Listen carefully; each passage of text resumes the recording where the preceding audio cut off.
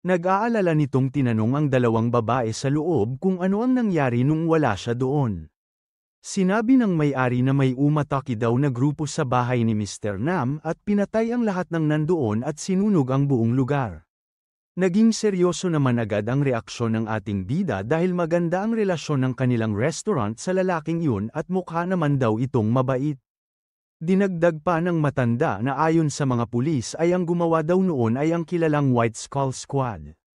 Nung nakita naman ni Gang ang itsura ng wanted poster ay nanlaki ang mga mata nito dahil ang lalaking iyon ang nakasalubong niya kanina at nakalaro ng rock paper scissors. Kaya, inisip nito na kung may ginawa lang sana siya doon ay napigilan daw sana nito ang pangyayaring iyon. Nung malapit ng maggabi ay napansin ng may-ari ng restaurant na wala doon ang ating bida. Kaya, tinanong nito sa kanyang anak na si Yeri kung bakit bigla na lang itong nawala doon. Sinabi nito sa kanyang nanay na ang sabi lang nito sa kanya ay meron daw siyang nakalimutan sa temple ng Yellow Dragon kaya kukunin daw muna niya ito doon. Hindi naman totoo ang sinabing iyon ng ating bida dahil makikita natin na sa bahay ni Mr. Nam ito pupunta. Habang malayo pa ito ay nakita na niya agad ang mga bangkay na inaalis doon ng mga tauhan ng White Skull Squad. Dahil doon ay nagmadali na ang ating bida dahil medyo malayo pa siya sa lugar na iyon. Makikita natin na mabilis nitong dinaanan ang iba't ibang parte ng kagubatan habang sobrang bilis na tumatakbo. Makalipas lamang ang ilang sandali ay nakikita na talaga ni Gang ang kanyang pupuntahan kaya naghanda na agad ito. Tumalon ito papunta sa madilim na parte ng bahay dahil nakita niya na merong mga nagbabantay sa gate nito. Nagulat ang dalawa nung bigla na lang nilang nakita ang ating bida na naglakad ng mabagal papunta sa kanila. Ngumiti naman ito sa kanila at sinabi na sila nga ang kanilang hinahanap at tinanong nito kung nasa loob ba ng bahay na yon ang kanilang boss. Sa loob, makikita natin si Wang na nag-iinom lamang kasama ang kanyang mga kasama habang nakapalibot sa isang bonfire. Nag-uusap ang mga ito nang bigla na lang bumukas ng dahan-dahan ang pinto sa kanilang harapan. Nagulat ito dahil nakilala agad niya ang lalaki na tumalo sa kanya kaninang umaga. Napansin na din ito ng lahat ng nandoon kaya natigil agad ang lahat ng kanilang ginagawa. Kaya, tumayo ang lahat ng nandoon at hinawakan ang kanilang mga sandata para maghanda. Napatingin naman sila sa kanilang boss dahil pinatigil nito ang lahat ng nandoon. Sinabi niya na hindi nila kailangang mag-alala dahil iyon lang naman ang delivery man na nakasalubong nila kanina. Natuwa naman doon ang ating bida dahil hindi na daw pala niya kailangang magpakilala dahil naaalala siya ng kanilang boss. Nabigla naman ang lahat ng nakaharang nung sumigaw si Wang at sinabi na umalis sila sa kanilang harapan. Mabilis naman nila itong sinunod kaya makikita natin na wala nang nakaharang sa kanilang dalawa.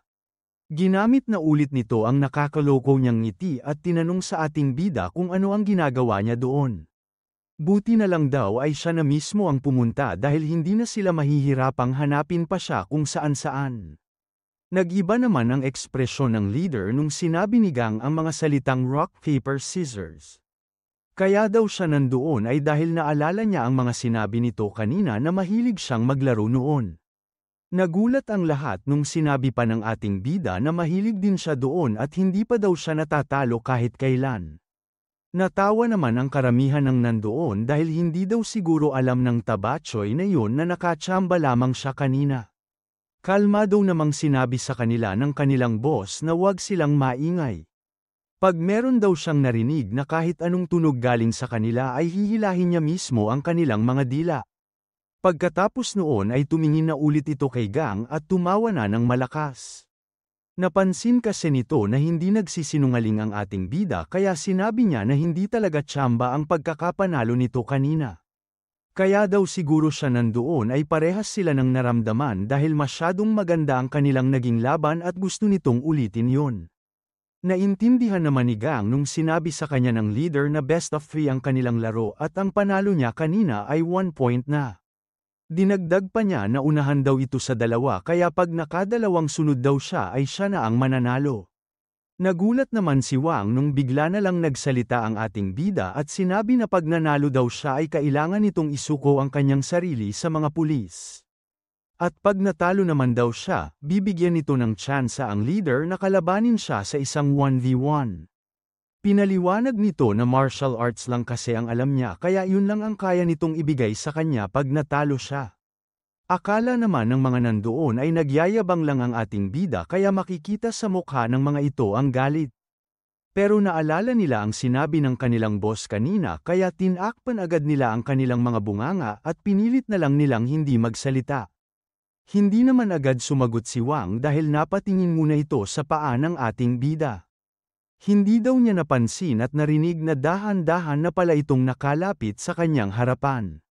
Naalala din niya ang nangyari kaninang umaga nung una silang magkita na wala daw tunog ang kanyang mga hakbang habang tumatakbo palayo sa kanila.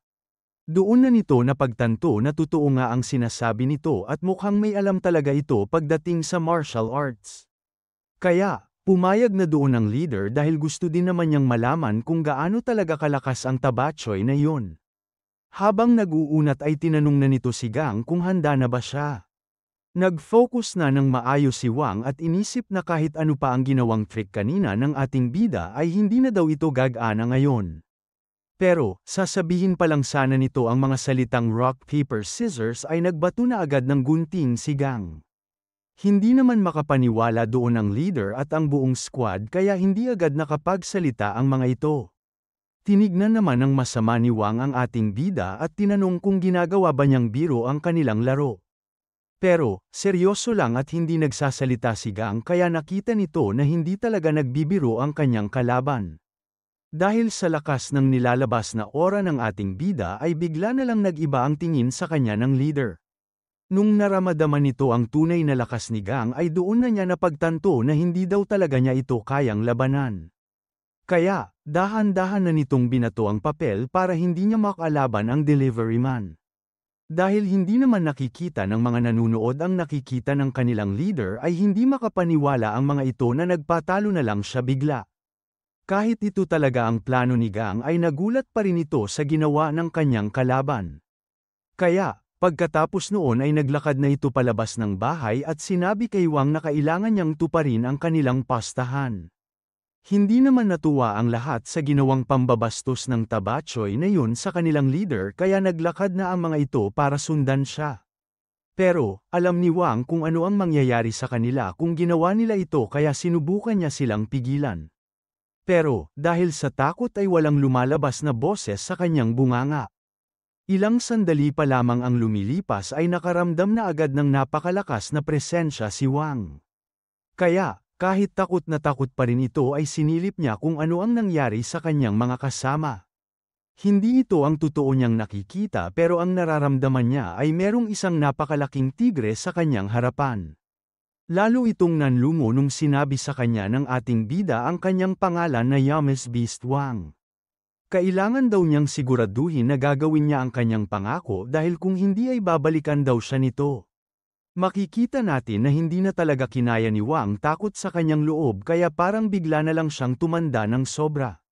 Pagdating ng umaga ay makikita natin na bumalik na sa kanilang restaurant ang ating storya.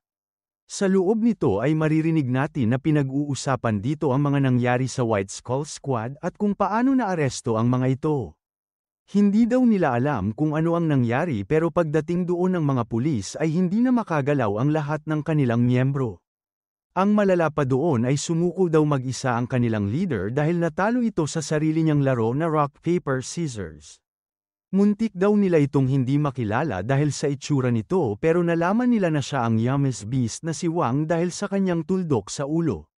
Buti naman daw ay nahuli na ito dahil masyado na kasi silang lantad sa paggawa ng hindi maganda kahit saan sila pumunta. Nung narinig ng may-ari na natalo ang kanilang boss sa rock paper scissors ay inisip nito na hindi daw ang ating bida ang gumawa noon. Pumusta si Yeri na hindi ito gagawin ni Gang kaya nung nakumpirma nila ito ay hiningi na agad nito sa kanyang nanay ang bayad. Hindi naman agad ito binigay sa kanya ni Miss Song dahil hindi pa naman daw sila sigurado na hindi talaga si Gang ang gumawa noon. Narinig naman ng ating bida ang kanyang pangalan kaya lumapit agad ito sa kanila at tinanong kung bakit sila nito pinag-uusapan. Hindi naman na ito sinagot ni Yeri kaya iniba na agad nito ang usapan at tinanong kung nabili ba niya ang lahat ng ingredients para sa araw na yun. Bago ito makasagot ay bigla namang sinabi ng matanda na si Gang ang pinakawalang kwenta sa rock paper scissors na kilala niya kaya tinanong nito kung nanalo na ba ito sa buong buhay niya. Inamin naman nito na hindi talaga siya magaling doon pero sinabi niya na nung kailan lamang ay nanalo siya ng 2 sunod na beses. Ayon sa mga kwento, meron daw isang sikat na shaman na nagngangalang Sung Sim na merong palayaw na Celestial Maid. Kilala ang kanyang kapangyarihan sa buong Muram kaya lagi siyang pinupuntahan ng kung sino-sino sa kanilang palasyo. At bago siya mamatay ay binili nito ang kanyang anak sa kanyang mga kasama at sinabi alagaan sana nila ito at palakihin ng isang normal na babae. Pero, obsessed sa kanyang kapangyarihan ang pinagbilinan niya nito kaya hindi nila sinunod ang gusto ng babae. Pinagkalat nila sa lahat na nagkaroon ng anak si Sung Sim at nakuha daw nito ang kapangyarihan ng kanyang nanay. Kaya, mabilis kumalat ang balitang iyon at nagkaroon agad ito ng mga tagapaniwala at tagasunod. Pero, dahil sumusobra na sa dami ang mga tagasunod nito ay inutos na sa kanila ng Lord ng lugar na iyon na itigil na nila ito at bumalik na sa normal nilang buhay. Hindi naman pumayag doon ang mga believers ng bata kaya wala nang nagawa ang kanilang Lord kundi gamitan sila ng puwersa. Pagkatapos ng 8 araw ng matinding laban ay natapos na din ito sa wakas at nahuli na nila ang mga natitirang tagasunod. Pero, dahil meron silang hindi nahuli ay sinunog ng mga ito ang kanilang palasyo para damay-damay na daw ang lahat. Ginawa nila ito para kung hindi daw sila papayag ang ituloy ang kanilang ginagawa ay sabay-sabay na lang daw silang mawawala. Hindi naman alam ng Celestial Baby kung ano ang nangyayari dahil pagkagising nito ay wala na siyang ibang nakita kundi apoy.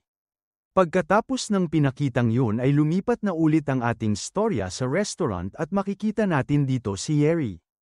Habang binibigay nito ang mga order ng customer ay napalingon nito sa pinto at tinanong kung bakit daw merong baby na nandoon. Pagkaalis nito ay tinignan naman agad ng mga lalaki ang kanyang tinutukoy. Pero, kahit anong tingin nila sa buong lugar ay wala naman silang nakitang baby. Kaya, bigla na lang silang napasigaw ng malakas at sinabi na wala namang ibang tao doon kundi silang 3. Dahil dito ay nawalan na ng gana ang kanilang mga customer kaya bigla na lang silang umalis. Pagkatapos noon ay sakto namang lumabas ang kanyang nanay galing sa banyo dahil masakit daw ang tiyan nito. Nakita naman nito ang lamesa na pinagkainan kanina ng kanilang customer kaya nilapitan niya ito para linisin. Nagtaka ito nung nakita niya na merong isang buong plato doon ng dumplings na hindi man lang nahawakan. Kaya, tinanong agad nito si Yeri kung siya ba ang nag-serve noon sa lamesang yun. Sinabi naman nito sa kanyang nanay na siya nga at napansin din daw nito ang kasama nilang baby. Nung narinig yun ng matanda ay mabilis itong tumakbo palayo kaya sinabi agad sa kanya ni Yeri na umalis naman na ito kasama ng 2 lalaki. Pinagalitan naman agad nito ang kanyang anak at pinaalala ang kanyang sinabi dati na bawal siyang mag-serve ng pagkain. Pinaliwanag naman nito na nasa banyo kasi siya at nasa harap si Gang kaya wala na siyang nagawa kundi ang ibigay ito sa kanila. Makikita naman natin na nilinis na ng ating bida ang lamesa dahil wala na doon ang mga customer. Habang nilalapit niya ito papunta kay Yeri ay bigla na naman sumakit ang tiyan ng matanda kaya tumakbo agad ito pabalik ng banyo. Hindi naman alam ng babae kung ano ang sinasabi sa kanya ng kanyang nanay dahil nung nakita nito ang mga plato ay wala namang natira dito. Ang hindi nito alam ay mabilis na pala itong nakinigang kaya hindi na ito nagsalita at mabilis na lang umalis doon. Sakto naman ang punta niya sa harap ng pinto dahil merong mga bagong customer na dumadating. Dinala agad niya ito sa kanilang upuan at tinanong kung ano ang gusto nilang kainin. Habang kumakain ay tinanong ng isa doon kung nabalitaan ba ng kanyang mga kasama ang nangyari sa Hang's Manor. Hindi naman alam ng dalawa kung ano ang kanyang tinutukoy kaya sinabi sa kanila ng lalaki ang haunted house na malapit sa kanila. Ayon daw sa mga kwento, ang multo sa lugar na yon ay ang mismong may-ari ng mansyon na may pangalang Great Hong. Ang hindi lang daw niya maintindihan ay paano naging isang multo ang isang tao na kagaya niya at naging haunted house pa ang pinakamamahal nitong tirahan. Ang kinamatay daw nito ay heart attack kaya hindi daw niya nasulat sa isang dokumento ang kanyang last will. Sinasabi daw ng iba na kaya siya hindi makaalis sa lugar na yun ay meron siyang importanteng sikretong binabantayan. Sumagot naman bigla ang kanyang kausap at tinanong kung meron na bang sumubok hanapin ang treasure sa lugar na yun. Sinabi nito merong sikat na shaman na pumunta doon nung isang linggo para subukang kausapin ang multo at palayain ito pero hindi daw nila ito kinaya at umalis doon ng sobrang takot. Ayon sa mga sabi-sabi ay naging makapangyarihang espiritu na daw ito dahil sa tagal na niyang nagbabantay doon. Dahil sa kanyang kwento ay natakot na rin ang kanyang mga kasama kaya sa ibang lugar na lang daw silang dumaan pauwi sa kanila. Dahil walang tao sa kanilang restaurant ay makikita natin na narinig nila Yeri ang lahat ng kanilang pinag-usapan. Makalipas lamang ang ilang minuto ay natapos na rin silang uminom at kumain kaya nagpasalamat na sa kanila ang ating bida habang umaalis. Mabilis na ring lumipas ang oras kaya makikita natin na madilim na sa labas. Sanabi ng may-ari na kailangan na daw niyang magpahinga kaya iiwan na daw niya doon ang dalawa para maglinis. Wala naman itong problema sa kanila kaya sinabi sa kanya ni Yeri na siya na daw ang magsasara doon. Nung nasigurado na nito na nakapasok na sa kanyang kwarto ang kanyang nanay ay tinawag na agad nito ang ating bida. Pabulong nitong tinanong sa kanyang kung alam ba nito kung saan ang Hang's Manor. Sinabi nito na alam niya kung saan yun pero delikado daw ang daan papunta doon. Alam naman ni Yeri kung ano ang kahinaan nito kaya sinabi niya na pag sinamahan siya nito ay meron siyang libreng isang plato ng dumplings. Hindi naman na nagsayang pa ng oras ang ating bida dahil makikita natin na pinasan agad nito ang babae habang tumatakbo papuntang Hang's Manor. Pinaliwanag nito na lagi daw niya itong nadadaanan pag meron siyang delivery sa lugar na yun. Napasin din daw nito na kahit ang mga tao na malapit sa lugar na yun ay umiikot pa ng daanan para lamang hindi dumaan sa haunted house. Meron naman iniisip ang babae kaya sinabi nito na pag tumahimik siya ay bibigyan pa siya nito ng isa pang plato. Dahil doon ay binilisan na lang nito ang takbo at hindi na nagsalita pa ulit. Pagdating sa isang lugar ay tinuro na agad ni Gang ang daan at sinabi na kailangan na daw nilang maglakad dahil sa kapal ng hamog. Hindi naman na nagreklamo pa si Yeri kaya nagumpisa na agad silang maglaka. Makikita natin na bigla na lang may arrow na papunta sa kanila pero wala naman itong problema para sa ating bida kaya madali lang niya itong nakuha. Hindi naman makapaniwala ang gumawa noon nung nakita niya na hinawakan lang ng matabang lalaki ang ginawa niyang atake. Nakita na rin agad ni Gang kung nasaan ito nanggaling kaya sinabi nito sa kanya na delikado daw ang kanyang ginagawa. Kinakabahan naman itong ngumiti at nagpalusot na lang na akala daw niya ay mga hayop ang kanyang nakita. Hindi naman na ito binigyan pa ng pansin ng dalawa kaya binigay na lang sa kanya ni Gang ang kanyang arrow. Pagkatapos noon ay dumiretso na agad ang dalawa para makarating na agad sila sa kanilang pupuntahan. Dahil medyo nakonsensya ang lalaki sa kanyang ginawa ay pinatigil niya ang dalawa at sinabi na iyon ang daan papuntang haunted house. Pero, nagulat ang lalaki nung sinabi nila sa kanya na alam daw nila at doon talaga sila pupunta. Nung nakalayo na sila ng konti ay nagsalita na si Yeri at sinabi na simli lang naman ang mga multo. Hindi daw sila umaalis sa isang lugar dahil meron silang binabantayan at minsan daw ay kailangan lang nila ng makikinig sa kanila para umalis na sila doon at makalaya. Dahil maraming alam ang babae tungkol sa mga multo ay sinabi sa kanya ng ating bida na naiinggit daw ito sa kanya. Sana daw ay meron din siyang kapangyarihan para makakita at makausap ng mga multo. Ngumiti ito ng malaki at sinabi na kung kaya niya ito ay hahanapin niya ang kanyang master at kakausapin sa huling pagkakataon. Nagulat naman si Yeri sa sinabi ng kanyang kasama kaya hindi agad ito nakapagsalita. Pagkatapos noon ay meron na sana itong sasabihin kay Gang pero nagsalita na ulit ito. Wala na daw siguro sa mundo ang kanyang master dahil patay na rin naman ang mga tumaksil sa kanya. Nakita naman ni Yeri na mukhang okay lang si Gang kaya hindi na lang ito nagsalita hanggang sa makarating sila sa manor.